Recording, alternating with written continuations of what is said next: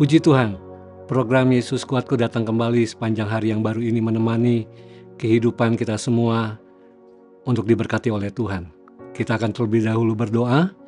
Bapa kami dalam sorga, kami mengucap syukur untuk hari yang baru.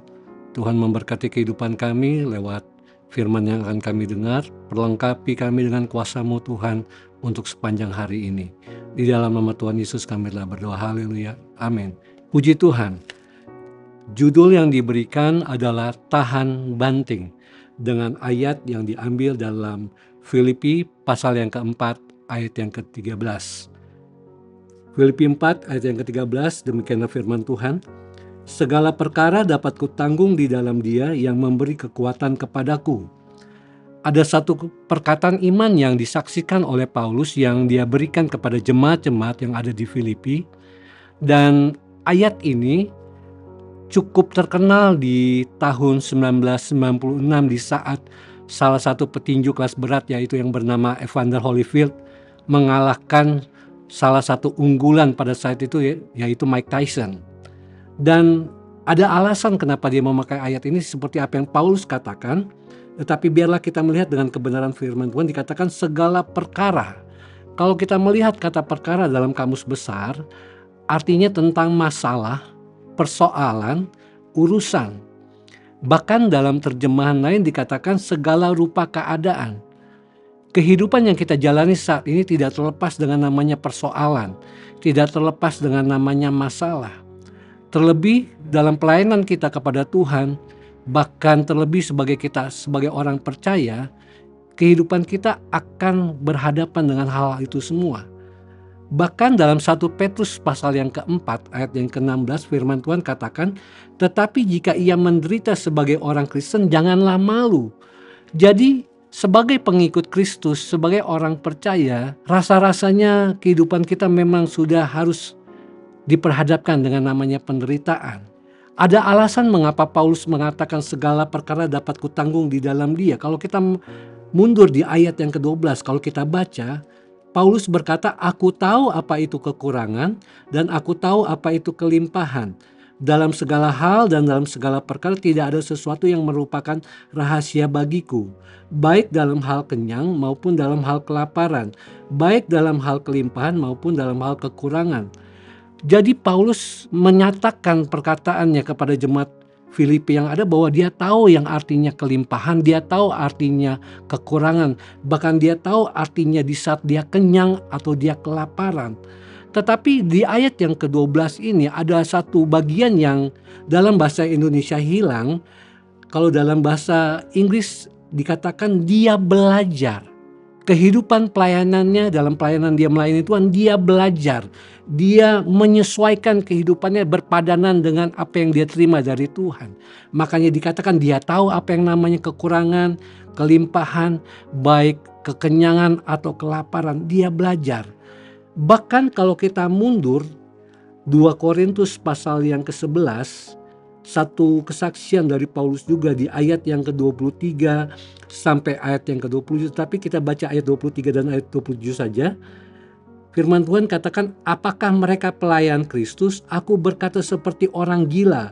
Aku lebih lagi.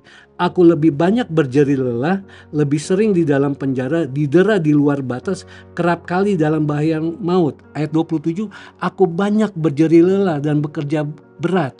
Kerap kali aku tidak tidur, aku lapar dan dahaga, kerap kali aku berpuasa kedinginan dan tanpa pakaian.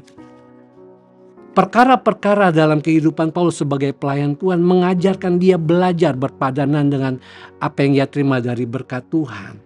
Dan itu dia sampaikan lewat kesaksian, bahkan dia sampaikan satu perkataan iman kepada jemaat-jemaat yang di Filipi.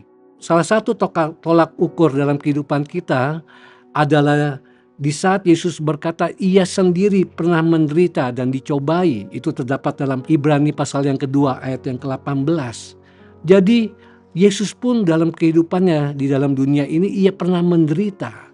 Bagaimana dia melayani di saat di dalam dunia ini dia menderita. Tetapi Paulus sadar dengan apa yang dia katakan kepada jemaat di Filipi. Karena kalau kita lihat dalam Filipi pasal yang pertama, ayat yang pertama, Paulus memulai suratan ini dikatakan dari Paulus dan Timotius hamba-hamba Kristus. Hamba artinya budak, hamba artinya pelayan.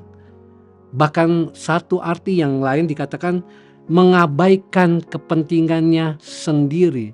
Segala perkara dapat kutanggung, baik itu masalah, persoalan, setiap urusan. Dalam pelayanan Paulus kepada Tuhan, dia menyadari dia harus mengabaikan kepentingannya sendiri. Semuanya hanya untuk Tuhan, semuanya hanya untuk jemaat yang dia layani. Bahkan kalau kita lihat dalam 2 Korintus pasal yang ke-12, ayat yang ke-7 dan ayat yang ke-9, firman Tuhan katakan, dan supaya aku jangan meninggikan diri karena pernyataan-pernyataan yang luar biasa itu, maka aku diberi suatu duri di dalam dagingku, yaitu seorang utusan iblis untuk mengocoh aku supaya aku jangan meninggikan diri. Ayat yang ke-9, jawaban Tuhan kepada Paulus, cukuplah kasih karuniaku bagimu, sebab justru dalam kelemahanlah kuasaku menjadi sempurna. Segala persoalan, urusan, segala masalah dapat mendatangkan kelemahan dalam kehidupan kita. Sebagai orang percaya, sebagai pelayan-pelayan Tuhan, dapat mendatangkan kelemahan.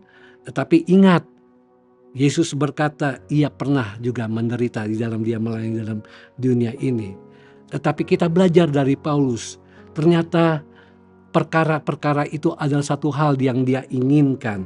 Kita melompat dalam Filipi pasal yang ketiga ayat yang ke-10. Paulus berkata dengan sangat indah, dia mengatakan, yang ku kehendaki ialah mengenal dia dan kuasa kebangkitannya dan persekutuan dalam penderitaannya, di mana aku menjadi serupa dengan dia dalam kematiannya.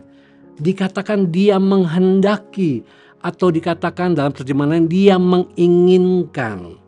Bahkan dalam bahasa Inggris dikatakan dia belajar untuk mengenal, dia belajar untuk merasakan penderitaan yang Yesus alami. Bahkan sampai dikatakan di ayat 10 tadi bahwa dia ingin sampai masuk dalam persekutuan dalam penderitaan Tuhan kita sendiri.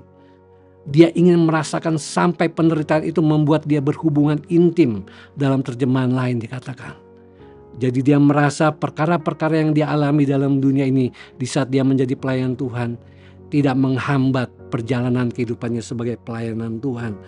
Bahkan kita mundur dalam Filipi pasal yang ketiga ayat yang pertama dikatakan, akhirnya saudara-saudaraku bersukacitalah dalam Tuhan. Artinya apa?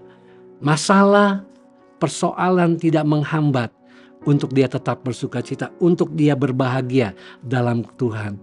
Karena dia percaya dia telah belajar untuk mengesampingkan setiap kebutuhannya karena dia hanya melihat Tuhan.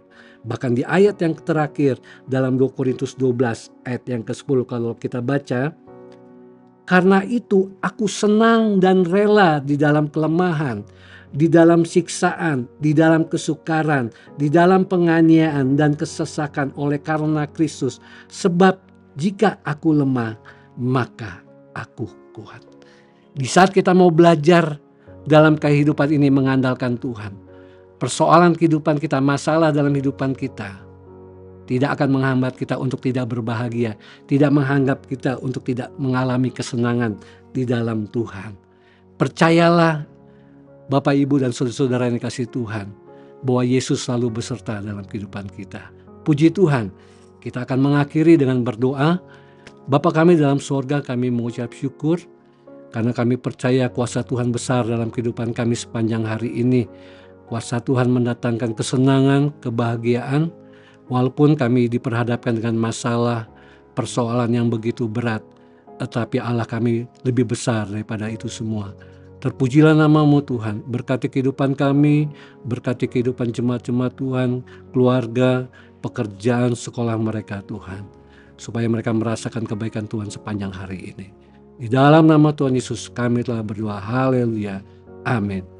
Bersama Yesus aku kuat.